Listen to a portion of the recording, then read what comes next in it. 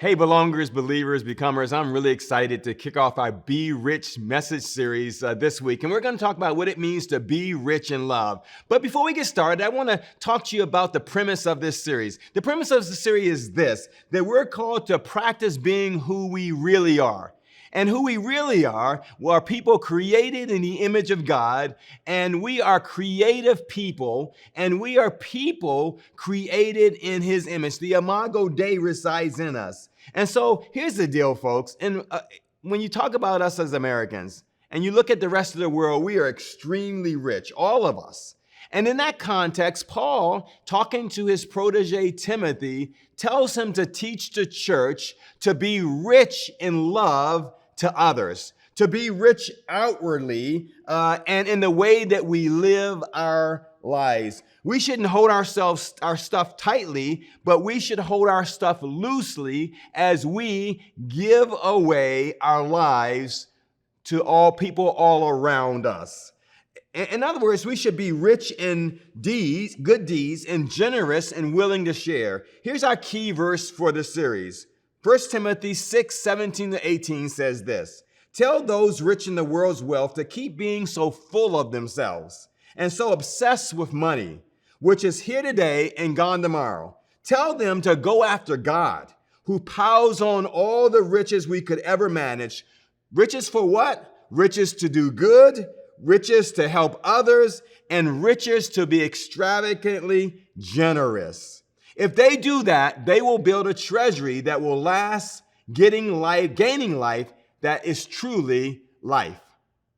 So Paul is telling Timothy to tell people to be rich in others, to be rich in giving our lives away. And so, all of us have this idea of we would like to be rich. But what if we were rich in giving our lives away, and then it really wouldn't make a difference how much money we have, because all of us have something that we can give away. And kindness and love and service to other people, we can be rich. I was thinking about this first message, being rich in love. And another way of talking about love, when we talk about love, is kindness. In fact, 1 Corinthians 13:4 says, "Love never gives up. Love cares more for others than for self." And the NIV, it says it this way, "Love is patient, love is kind." In each one of the messages for this series, we're going to challenge you to not to just hear these messages, but begin to live them out in community. In Spotsy, in the greater Fredericksburg, on your jobs, in your homes, wherever you're going, to be able to live these messages out. So one of the questions I want to ask you, are you rich in love and kindness? In other words, are you a person that gives away kindness and love? As we think about our culture, as we think about our world today, would you describe it as a kind place?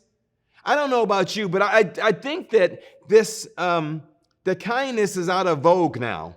I think that's really what's in vogue right now is being mean. I think what's really in vogue right now is being nasty, being crude. You hear it all over the news. You see it in our reality TV shows. This idea that being crude and being nasty and rude is entertaining. We see it on social media. And here's the sad thing. The sad thing is we don't really see a difference between those folks who profess Christ and those folks who do not profess Christ.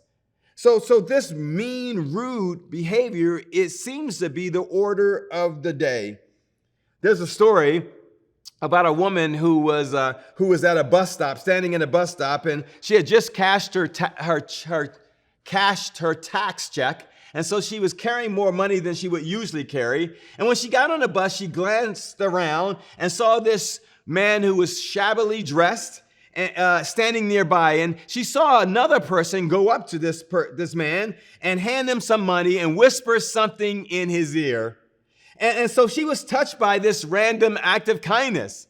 And so she, moved by this compassion, moved by this kindness in her heart, she went into her wallet and she grabbed a $10 bill and she handed it to the poor guy and she whispered in his ear, "Never despair, never despair." She went home and she got on a bus the next day, and there he was again, But this time he walked up to her and he handed her $110. And so she was like dumbfounded. She's like, well, why did you give this to me? What is this? And he said, you won, lady. You won. Never to spare, paid 10 to 1. Now, some of you will get that, and some of that went right over your head, but think about it for a moment. I can't guarantee you that being kind and being rich in love will pay 10 to 1. See, because at times your kindness, your love that you're being rich towards others, sometimes it will cost you something that you do not want to pay. So with this in mind, I wanted to go to a scripture that gives us an example of what random act of kindness really looks like and what it entails. So in Luke chapter 8, verses 40 to 56, Jesus displays two different random acts of kindness. Now you might say, well, if Jesus is involved, how random could it be? Well, it was random for the people who he showed kindness to that day. And the interesting thing was one was a rich, influential man, and the other was a poor, outcast woman. Yes, and Jesus treated both of them with equal kindness. At the time in this story, Jesus is at the height of his popularity. He's at the pinnacle of his rise and fame. People respect him as leaders. People are following him. People are listening to every word he says. I mean, he is beyond popular. And despite all the demands for Jesus' time, despite all the things that he had to do to heal people, to teach people, to teach his disciples, he is taking time out to do these random acts of kindness to two people who are in need. The columnist, Cal Thomas, said this, I love this: love is talked about but easily ignored, but love demonstrated is irresistible. Let me say that again since I just mangled it. Love talked about is easily ignored, but love demonstrated is irresistible. In other words, people talk about love all the time. I love this, I love this, I love that. But when that love is put on display, people cannot ignore it. Jesus just didn't talk about love, but Jesus put his love on display. He walked the walk and talked the talk. So let's look at how Jesus showed some kindness. The first thing he did is he paid attention to them. These two people, this very rich man and this very outcast woman, he paid attention to them. He listened to them when they spoke and addressed their needs. Listen to Luke chapter 8, 40 to 41. On his return, Jesus welcomed by the crowd. They were all expecting him. A man came up, Jairus by name. He was the president of the meeting place. He fell at Jesus' feet and begged him to come to his home because his 12-year-old daughter, his only child, was dying. Jesus went with him, making his way through the pushing and jostling crowd. Notice that we're not told where Jesus was going.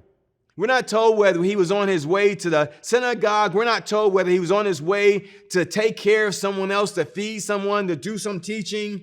But he appeared to be on his way to somewhere, and Jairus just comes up to him in the middle of his going and interrupts him. And Jairus tells him about his daughter, and Jesus immediately stops what he's doing and goes in Jairus' direction. He begins to follow Jairus because the girl's situation was more pressing than whatever Jesus needed to take care of. By the way, how do you do in handling interruptions? I don't know about you, but I'm not good at handling interruptions. I mean, I kind of consider work. I get into my zone and I don't like to be interrupted. I'm concentrating. And sometimes I just kind of feel like it's an intrusion when I'm interrupted. You can ask Rose about this. Sometimes I'll be doing something and she'll interrupt me, and it's really not an interruption because I'm her husband and we've been doing this thing for almost 30 years, but it'll feel like an interruption because I don't like to be interrupted. I don't like a situation where interruptions come. Many of us don't handle interruptions too well, but we're all challenged to do what Jesus did, to see interruptions not as interruptions, but maybe as opportunities to be rich in love and kindness to someone. Maybe the interruption is sent by God. Every now and then, I'll have an interruption and I'll be frustrated about it. And then something whispers in my ear, maybe I needed this interruption. Maybe I needed to focus on something that was more important than what I was presently focusing on. You know, sometimes people will come to me and say, well, James, we know you're busy, and so we don't want to interrupt you. And there's sometimes when that happens that I ask myself the question, am I too busy? Because I never want to be too busy for people. For all the stuff that I do, what I really am about is helping people. And so the question is, how do you handle interruptions? Jesus paid attention to Jairus, and he changed his direction. But Jairus was not only the only interruption for Jesus that day. See, because Jesus was kind of flexible and kind enough to pause to meet another need. Let's look at verses 43 through 46. In the crowd that day, there was a woman who for 12 years had been afflicted with hemorrhages. She had spent every penny she had on doctors, but not one had been able to help her. She slipped up from behind and touched the edge of Jesus' robe. At that moment, her hemorrhaging stopped. And Jesus said, "Who touched me?" When no one stepped forward, Peter said, "But Master, we've got crowds of people on hand here. Dozens have touched you." And Jesus insisted, "No, someone touched me. I felt power discharging from me." Picture it. Crowds of people surrounding Jesus, wanting to get close to Jesus, wanting to just get an audience with Jesus. And everyone's in a hurry, yet Jesus knew he had been touched by someone special, someone that needed his help. Our world is fast becoming really, really impersonal. I mean, go to a gas station, with all the high prices. It cost me $70 to fill up my tank the other day. But I digress. We're becoming really impersonal. You can go to a gas station, put your card in, pump your gas, go through cardiac arrest at the price of your gas, get back in your car and drive off. Or what about the airlines? You call them and you get this computerized voice, right? If you want information regarding your plane flight, press 1. If you want arriving flights, press 2. If you press 1, and then it says, okay, you pressed 1. Now, if you want specifics about your flight, press 3, and on and on and on and on. And you punch the buttons, and sometimes you still don't get your information. I always just want to punch 0 to get an operator. I don't want to talk to a computerized voice. I was listening to the guy that owns Tesla talked the other day, and Twitter, Elon Musk, I guess his name is. And what he was saying is that in the future, we're almost going to have to pay wages to people because robots and artificial intelligence will take over many of the tasks that are done by employees today. And it's interesting to me. I know artificial intelligence will be great, but I don't think artificial intelligence will ever be able to take the place of a human that can think the way humans think and can feel the way humans feel. Can you imagine what would happen if you dialed 911 and you would hear, if your emergency is a murder, press 1. If it's a burglary, press 2. If it's a burglary and the burglar is still in your house, press 3. If he has a gun, press 4 real quick. What are we coming to? But Jesus took time. He took time to stop in the middle of his journey, in the midst of the crowd, to give a woman his personal attention, as though she was the only one there. We're going to come back in a second, and we'll talk a little bit more about how Jesus showed be rich love and kindness to people all around them.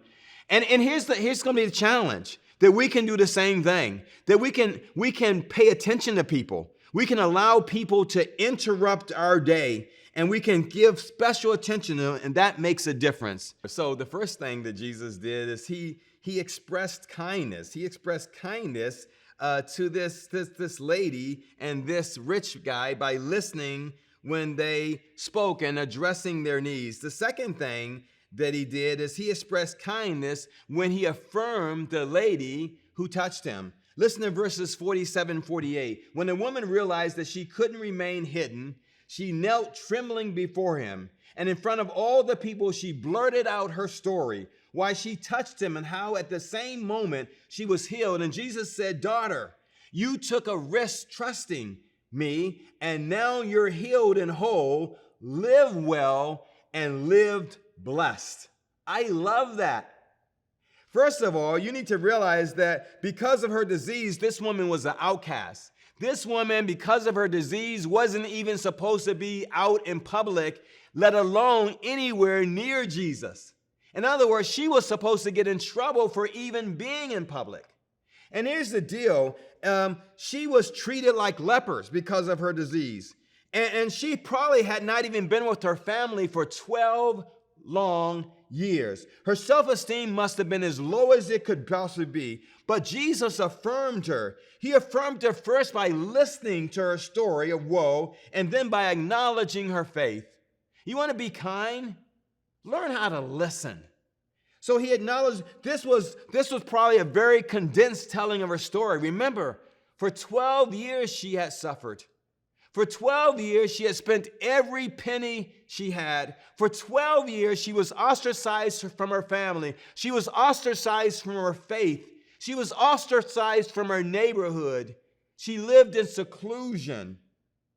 And this was probably the first time she had ever told anybody her story. So I imagine it wasn't a short story, but Jesus took the time to listen.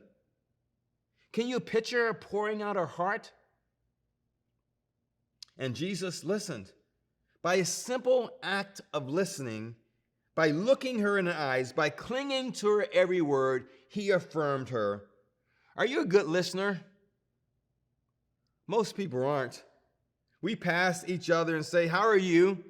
And before the other person can say, "Fine," we're on our way to our next person. If we get more than that, it's really someone really tells us just how they feel.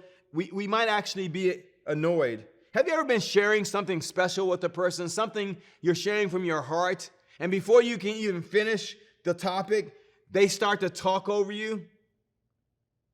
Guilty as charged.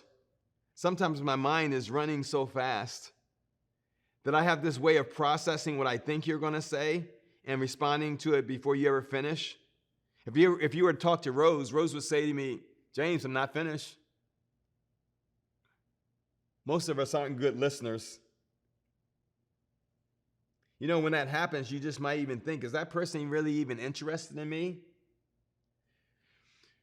Irma Bomberg tells a story of a time she really was tired of listening.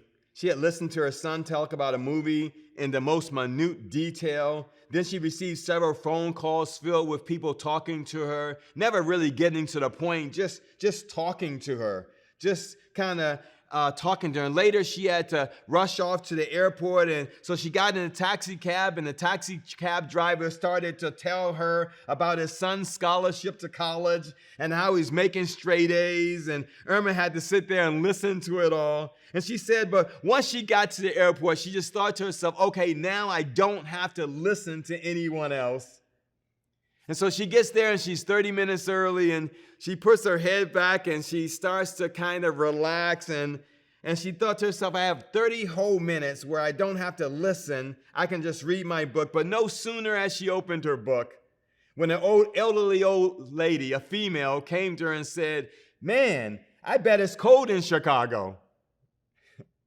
I suppose, Irma replied without looking up, but that was not it. The woman proceeded to tell her about her 53-year-old marriage. Irma recalled her voice droned on. Here was a woman who didn't want money or advice or counsel. All she wanted was someone to listen. So she continued to talk, and Irma thought, as she got on a plane, oh, I'm finally able to get rid of her. So she saw the lady go in front of her and sit in another seat. And she said as she folded her coat, she heard the lady say to the person sitting next to her, "I bet it's cold in Chicago." There are so many of us who just need someone to listen. And you know one of the greatest kindnesses that you can give, one of the greatest ways that you can be rich, is just to listen to someone, to really hear them, to actively listen to them, and to affirm them. When Jesus says, "Daughter, your faith has healed you, go in peace," he is affirming her. And thirdly, the third thing that Jesus did, so Jesus talks to these two people, right? And so the first thing that he does, and I'm going back a little bit in my notes, the first thing he does is he paid attention to them. And when they spoke, he addressed their needs. And then he listens, right? He listens to the woman and he affirms her. And then the third thing he does is he expressed kindness through acceptance. Listen to the next passage. It says, while he was still talking, someone from the leader's house came up and told him, "Your daughter has died. No need now to bother the teacher." Jesus overheard and said, "Don't be upset. Trust me, and everything will be all right." Going into the house, he wouldn't let anyone enter except Peter, John, and James, and the child's parents. Everyone was crying and carrying on over her. And Jesus said, "Don't cry. She didn't die. She's sleeping." They laughed at him. They knew she was dead. Then Jesus, gripping her by the hand, called, "My dear child, get up." She was up in an instant, up and breathing again, and he told them to give her something to eat. Her parents were ecstatic, but Jesus warned them to keep quiet. Don't tell a soul what happened in this room. Some of the most disturbing words in the English language are 4 words that we like to speak but hate to hear. And those words are, "I told you so." Have you ever been in a situation where something happened and someone came to you and said, "I told you so"? Maybe you were trusting someone in a relationship, and the person told you not to trust that person, and you trusted them anyway. And after that person had betrayed you, they said, "I told you so." Maybe you're thinking that you were going to get a promotion on a job, or you were going to get a position on a sports team, and people were poo-pooing it and saying you would never get the promotion and you never get the job, but you believed anyhow. And then you didn't get the job, or you didn't get on the team, and they said, "I told you so." Have you ever been the person who has used those terrible words, "I told you so"? It's fun to speak them, but it's really hard when someone says them to us. Remember how the people outside of the house laughed at Jesus when Jesus said that the girl's going to be all right? Remember those people? They laughed at him before he went in to raise the girl back to life again. If I were Jesus, I would have paraded the girl out by hand, eating her happy meal, her burger, and I would have said, "Told you so." But that's not Jesus. It would have been so much fun to say, "I told you so." That's not who he is. Jesus wasn't concerned how the crowd felt. His concern was for that girl and her parents. To them, he said, "Don't tell anyone what happened here." See, Jesus wasn't concerned about getting the credit. He wasn't concerned about getting the accolades. He was concerned about showing kindness to that your little girl and her parents. He didn't try to get back at the people who scoffed at him and laughed at him. He didn't try to glorify himself. He just left and went on his way. See, sometimes it's not so much what you say as how you say it. Jesus wanted to show kindness. He was being rich in kindness, and he calls us to be the same way. For instance, one preacher said, "I have never had to apologize for my position, but I have oftentimes had to apologize for my disposition." You know, what we say makes a difference. So Jesus not only affirmed and took care of that girl and her family, but when people pushed back on him, when people made fun of him, when people laughed at him, he actually affirmed them as well. The fact that Jesus didn't want to embarrass them or get even with the crowd speaks volumes. It teaches us how we're supposed to respond to each other as we go along the way, being rich in kindness. So here's what I want to do. I want to challenge you to be rich in kindness this week. As you go throughout this week, I want to encourage you to allow interruptions to happen in your life. I want to encourage you to engage people, to listen to their stories. I want to encourage you to affirm people along the way. And so what we've done for you online is we've given you, and you can get this online, there's a list of 10 ways that you can be kind, that you can be rich in kindness and love this week. Maybe you're going to pay something backwards. Maybe you'll be in a drive-thru and you're getting a meal and you're just going to pay for the person's meal behind you. I do this sometimes when I see first responders or police officers. I'll just pay for their meal as a way to say thank you. Maybe you'll just kind of talk and write a nice note to someone and give it to someone. Maybe someone needs encouragement, and you might write an encouragement note. You know, sometimes you get receipts saying, hey, would you fill this out and talk about our service? And maybe this week you'll fill out one of those receipts and you'll talk about how good they were. Maybe you'll leave a big giant tip or whatever you can afford, more than what the obligatory tip is, just to be rich in kindness and love. Maybe this week you'll do something for your spouse or your child, your children, that maybe you wouldn't normally do. You'll take some time and really be there to really listen to them.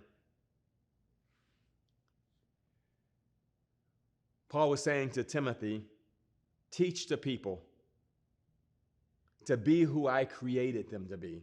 Teach the people to be rich, to seek after not riches and wealth, but teach them to be rich in how they love one another, how they serve one another, and how they give to one another.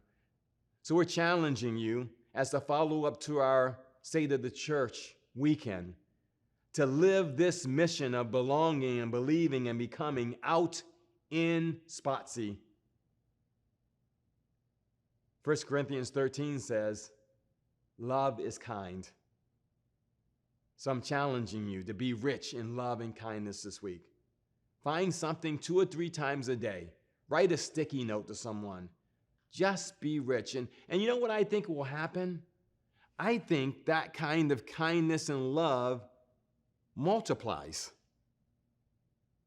And I think that will make Spotsy, your home, your neighborhood, your school, your job, your church, a better place. In a world where it seems like people celebrate nastiness and rudeness and crudeness, we can begin a revolution of being rich in love and kindness.